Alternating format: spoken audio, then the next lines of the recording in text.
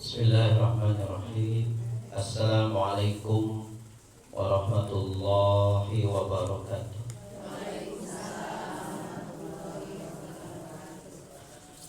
A'udzu billahi minasy syaithanir rajim. Bismillahirrahmanirrahim. Alhamdulillahi rabbil alamin. Wassalatu wassalamu ala sayyidina Muhammadin afdaliz zakirin wa sayyidish syakirin wa imamil mursalin wa khatamin nabiyyin wa ala alihi wa ashabihi wa man salaka tariqahu ila yaumiddin, amma ba'd. Faqala rabbi shrah li sadri wa yassir li amri wahlul 'uqdatam min lisani yafqahu qawli. Wa qala Allah ta'ala fil Qur'anil Karim wa huwa asdaqul qailin. A'udzu billahi minasy syaithanir rajim. Bismillahirrahmanirrahim. Ud'uni astajib lakum. Wa qala Rasulullah sallallahu alaihi wasallam, man lam yas'alillaha yaghdab alaihi. Shadaqallahul azim. As-sadaqa rasuluhu al-habibul karim. Wa nahnu ala dzalika minasy syahidin wasyakirin. Alhamdulillahi rabbil alamin.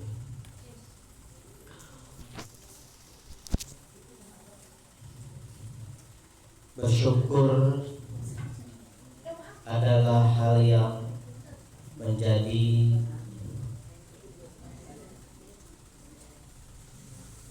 niscaya dalam hidup kita.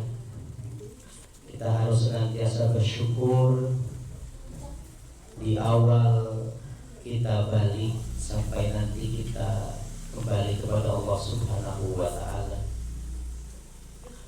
Seperti taubat di awal dan di akhir, bersyukur juga sama. Dalam setiap hidup kita harus bersyukur kepada Allah Subhanahu wa ta'ala dengan apapun kondisi yang kita rasakan dalam hidup. Apapun kondisinya, apapun rasanya, jangan sampai syukur lepas dalam hidup kita sampai titik akhir hayat hidup kita. Maka di pagi hari ini juga kita bersyukur kepada Allah Subhanahu wa ta'ala. Allah masih memberikan kita banyak nikmat, walaupun ada mungkin beberapa nikmat yang Allah kurangi dalam hidup kita. Entah dikurangi keluasan harta, dikurangi kesehatan kita, sebagian anggota badan kita tidak sempurna seperti dulu saat masih muda. Allah ada yang Allah kurangi hidup kita, nikmatnya Allah kurangi, tetapi yakin nikmat Allah tidak akan lepas dalam hidup kita. Terutama kita bersyukur atas nikmat iman, Islam, juga nikmat-nikmat yang lain. Walaupun tidak sempurna, kita syukuri nikmat sehat kita. Ada sekian anggota badan kita, mungkin 1-2 yang Allah kurangi nikmatnya, tetapi jangan sampai itu mengurangi rasa syukur kita kepada Allah Subhanahu wa ta'ala. Juga nikmat di pagi hari ini, di antara kesibukan duniawi kita, untuk bekal akhirat kita masih menyempatkan hadir di majlis yang mulia ini. Salawat dan salam semoga senantiasa Allah limpahkan kepada junjungan kita, Habibana wa Nabiyana wa Maulana Muhammad sallallahu alaihi wasallam, keluarganya, para sahabatnya, para tabi'innya, para tabi'ut tabi'in, serta mudah-mudahan kita semua termasuk dari bagian yang mendapat rahmat, salam, keselamatan, syafaat sampai hari kiamat. Hadirin jamaah taklim Majlis Ta'lim At-Tadhkir yang dirahmati Allah Subhanahu wa ta'ala, mudah-mudahan kita senantiasa mendapat hidayah taufik, mudah-mudahan kita senantiasa mendapat kemuliaan dari Allah Subhanahu wa ta'ala. Kita awali ta'lim kita dengan lantunan zikir Asmaul Husna. A'udzubillahi minasyaitonirrajim. Bismillahirrahmanirrahim. Ya Allah ya Rahman ya Rahim ya Malik ya Qudus ya Salam ya Mu'min ya Muhaimin ya Aziz ya Jabbar ya Mutakabbir ya Khaliq ya Bari ya Musawwir ya Ghaffar ya Qahhar ya Wahhab ya Razzaq ya Fatah ya Alim ya Qabid ya Basir ya Khafid ya Rafi ya Mu'iz ya Mudil ya Sami ya Basir ya Hakam ya Adil ya Latif ya Khabir ya Halim ya Azim ya Ghafur ya Syakur ya Ali ya Kabir ya Hafid ya Muqim ya Hasib ya Jalil ya Karim ya Raqib ya Mujib ya Wasi ya Hakim ya Wadud ya Majid ya Bahis ya Syahid ya Haq ya Wakil ya Qawi ya Matin ya Wali ya Hamid ya Mu'si ya Mubdi ya Mu'id ya Muhyi ya Mumit ya Hayyu ya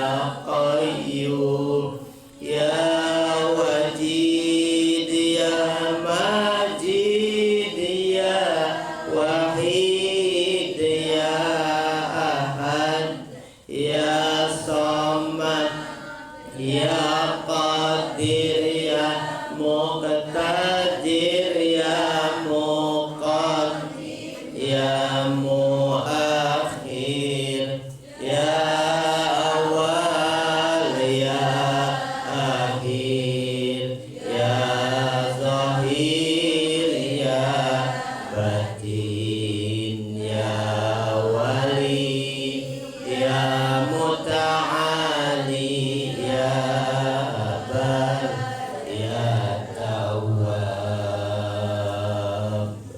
ya Muntaqim ya Afu ya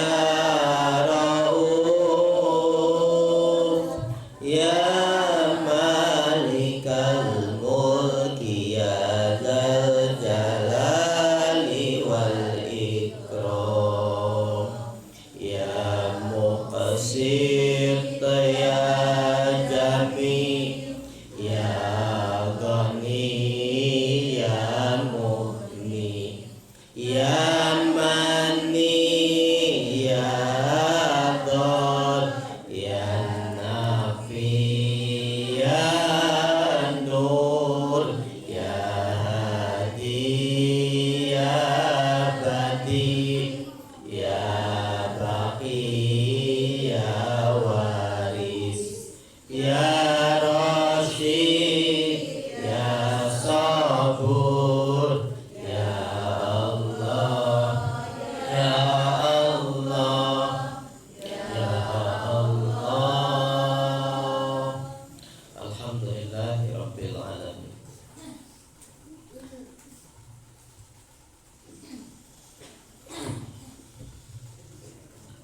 pagi hari kita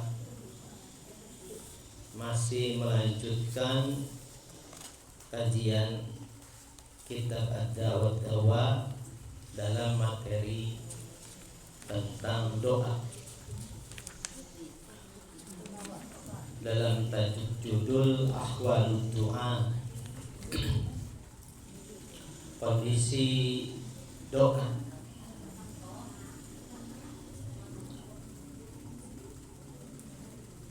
Bersyukur kita memiliki para ulama yang memahami Al-Quran dan hadis, yang kemudian menyampaikannya kepada kita dalam bentuk kajian kitab yang mereka tulis, yang bermanfaat insya Allah sampai hari kiamat. Tanpa narasi-narasi dari mereka, kita akan sangat terbatas memahami kandungan makna Al-Quranul Karim, khususnya kaitan dengan tentang doa. Imam Ibnu Qayyim Al-Jauziyah rahimahullah ta'ala dalam materi ini memberikan kita ilmu yang luar biasa. Beliau menyampaikan, wa katsiran ma najidu adiyatan da'a biha qaumun fastujiba lahu. Banyak sekali kita menemukan orang-orang yang berdoa dengan satu doa, kaum yang berdoa dengan satu doa, fastujiba lahum, kemudian mereka diijabah. Jadi kita banyak menyaksikan, kata beliau, orang yang berdoa, satu kaum yang berdoa, kemudian diijabah doanya oleh Allah. Diijabahnya doa itu menurut Ibnu Qayyim Al-Jauziyah ada 3 hal yang menepatinya. Ini 3 hal yang penting kita pahami. Wa yakunu qad iktarana bid-du'a daruratan sahibuhu wa iqbaluhu 'ala Allah. Yang pertama, orang yang diijabah doanya itu adalah orang yang menyertakan dalam doanya. Ketika dia berdoa, kondisinya daruratan, dia dalam kondisi terdesak.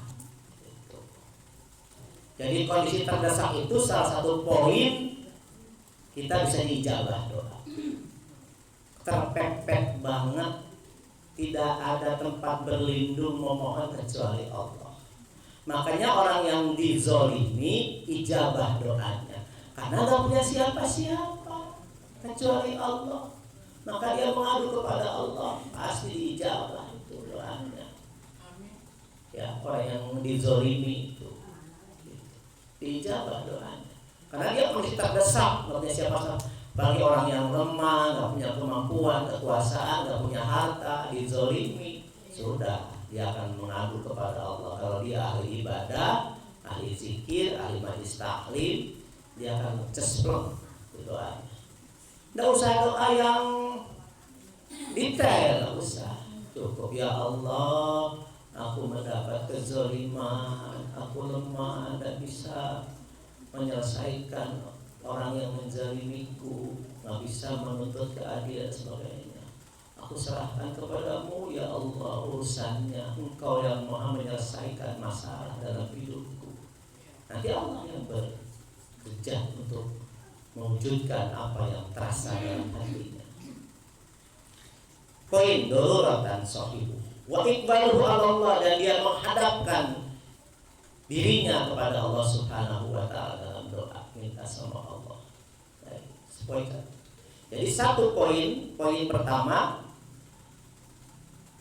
seseorang, satu kaum diijabah doanya karena dia dalam kondisi terdesak dan dia menghadapkan dirinya kepada Allah Subhanahu wa taala. Benar-benar fokus, khusyuk. Benar-benar ngagantung ke hirupna ke Allah Subhanahu wa taala. Tapi lamun urang ngadoana hayang-hayang henteu mah teuing tah. Cenah doana teu puguh kondisi nyantai, teu terdesak gitu. Teu terdesak mah kan teu fokus. Seperti orang ngahariring. enggak amin gitu. Beres, nggak fokus, nggak serius. Allah akan menanggapinya seperti itu. Nggak serius juga Allah mengijabah doa kita. Jadi harus serius kita. Kalau kita serius, nanti Allah juga sungguh-sungguh serius. Apa yang tidak mungkin akan terwujud. Akan di luar hal yang di luar jangkauan hidup kita akan diwujudkan oleh Allah Subhanahu. Akan dimungkinkan terwujud. Yang pertama. Yang kedua, al hasanatun taqaddamat minhu ja'alallahu subhanahu ijabatan da'watuhu syukran lil hasanati. Atau kita banyak punya nilai kebaikan. Jadi kita banyak berbuat baik sama orang. Banyak banget gitu. Disakiti juga berbuat baik terus. Minimal tidak membalas. Tidak membalas itu perbuatan baik. Tidak membalas itu minimal perbuatan baik itu tidak membalas kejahatan orang lain. Itu perbuatan baik. Karena tidak merespon keburukan dengan keburukan yang sama minimal. Walaupun dibolehkan membalas setara gitu, dengan apa yang kita rasakan. Tapi ketika kita diam, tidak membalas, itu udah kebaikan. Apalagi kalau kebaikan aktif, kita memang berbuat baik pada orang, ya, hasanatun taqaddamat minhu ja'alallahu subhanahu ijabata da'watahu syukran li hasanat. Kenapa Allah membalas orang yang sering berbuat baik kepada orang lain? Syukran li hasanat. Bentuk Allah bersyukur kepada orang itu. Jadi Allah itu bersyukur kepada hambanya dengan mengijabah doanya. Jadi kalau kita berdoa diijabah oleh Allah, alhamdulillah, ternyata diijabah tuh Allah. Itu balasan Allah, rasa syukur Allah kepada hambanya yang berbuat baik. Gitu. Allah kan asy-syakur, maha bersyukur. Allah itu zat yang maha bersyukur. Apa bentuk syukur Allah? Membalas syukur Allah itu kepada kita. Tanda Allah berterima kasih kepada kita.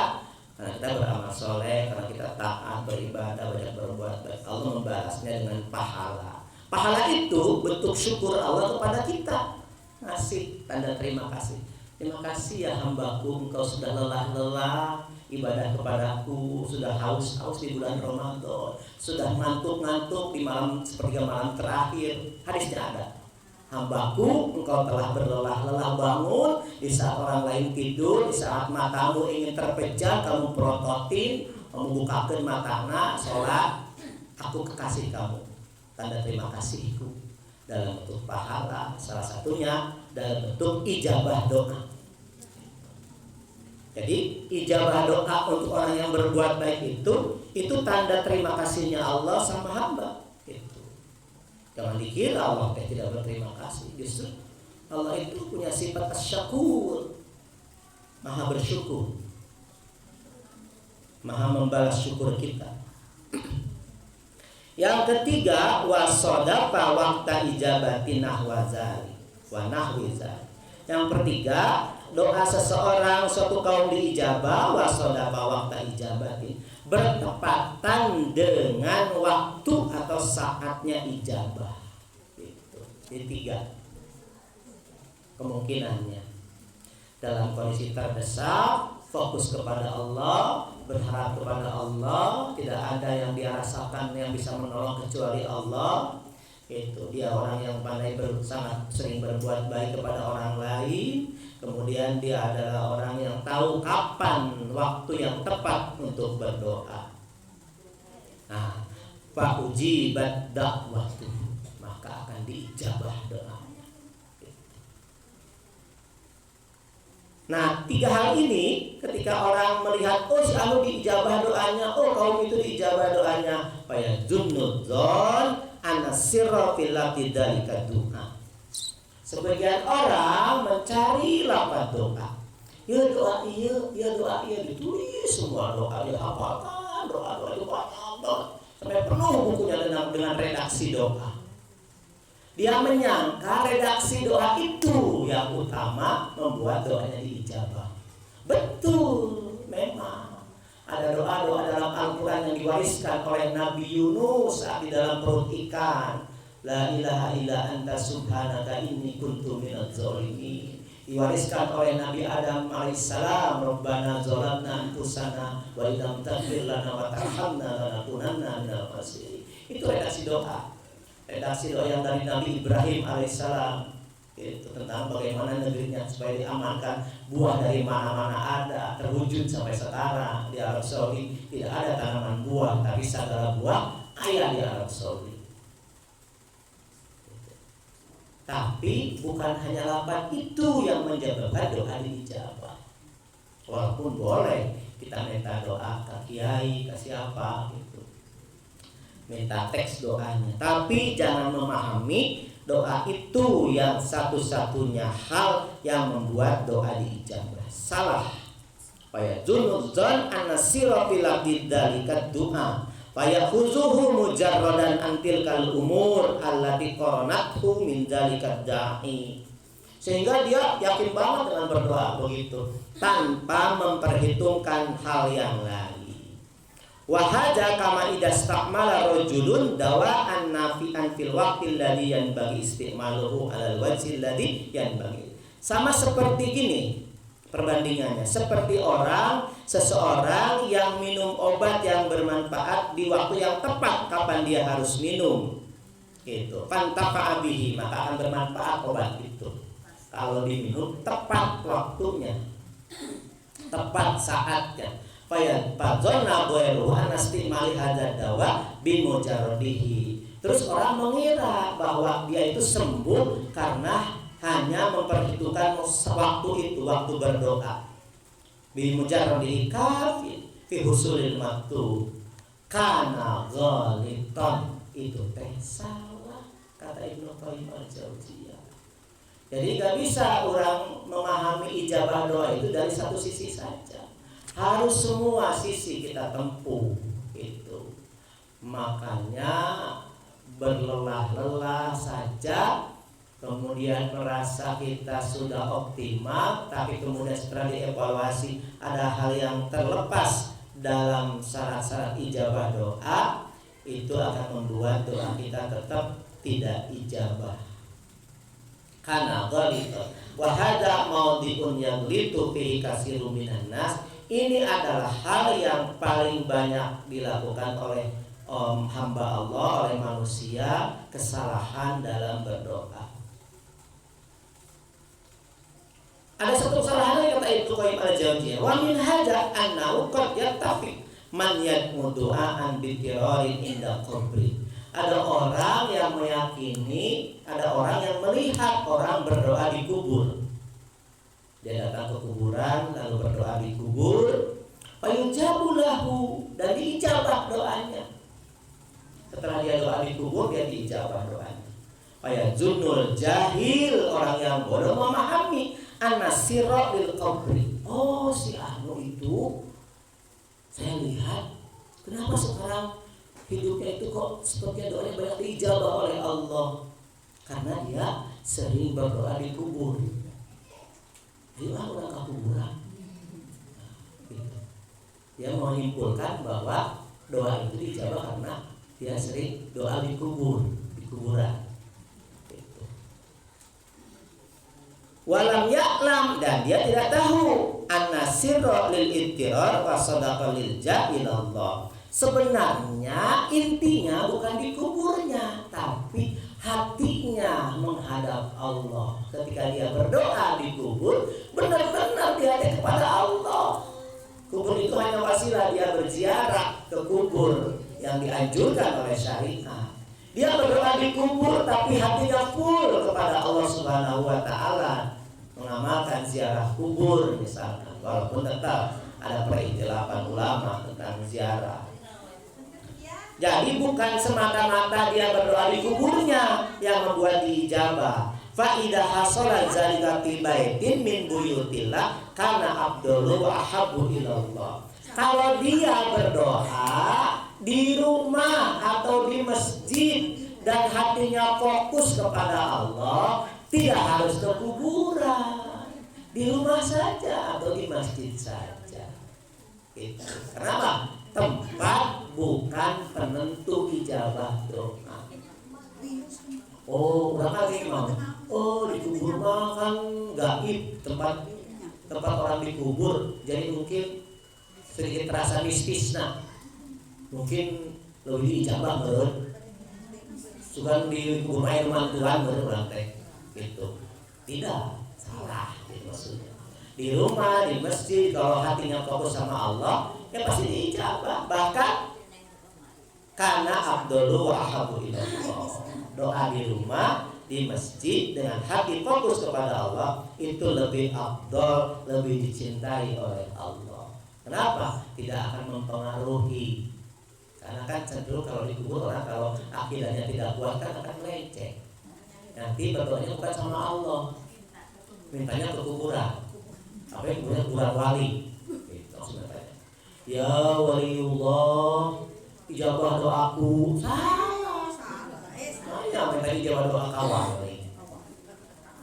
Walaupun wali tetap didoakan ke orang, manfaatnya butuh kita, kembali ke kita. Seperti kita sholat kepada Nabi mah nggak butuh sholawat. Udah dimaksum, dosa yang dulu diampuni, dosa yang sekarang diampuni, dosa yang akan datang kalau ada sudah diampuni. Butuh apa Rasul? Gak butuh kita. Rasul itu seperti bak mandi yang sudah penuh airnya, perlu air deui. Mun eta air ditambahan bak mandi geus penuh, tamplokna eta bak mandi kembali ke urang kalau nyanyian deui. Seperti itu gambaran Rasul itu. Salawat itu buat kita. Kenapa kita diajarkan salawat? Sallu alaihi ka Nabi. Kita butuh timbal balik dari salawat kepada Nabi, jatuhnya ke kita lagi, rahmatnya, doanya, keselamatannya, gitu. Kebaikan dibalas kebaikan. Bahkan satu kali salawat dibalas 10 pahalanya oleh Rasul, oleh Allah, gitu. Melalui salawat kepada Rasul. Hanya Allah yang nyuruh kita baca sholawat. Allah nyuruh malaikat baca sholawat kepada Nabi, dan nyuruh kita orang-orang beriman sholawat kepada Nabi. Kita yang butuh, bukan Rasulullah SAW. Wal adiyatu wat ta'udzat bimanzilatis silah. Doa, ta'ud, basmalah dan doa-doa yang lain yang diajarkan oleh Rasul bimanzilatis silah seperti senjata. Bismillah itu seperti senjata. Walaupun mungkin Israiliyat, tetapi bisa terjadi dalam kondisi terdesak. Kisah di dalam kitab kitab apa?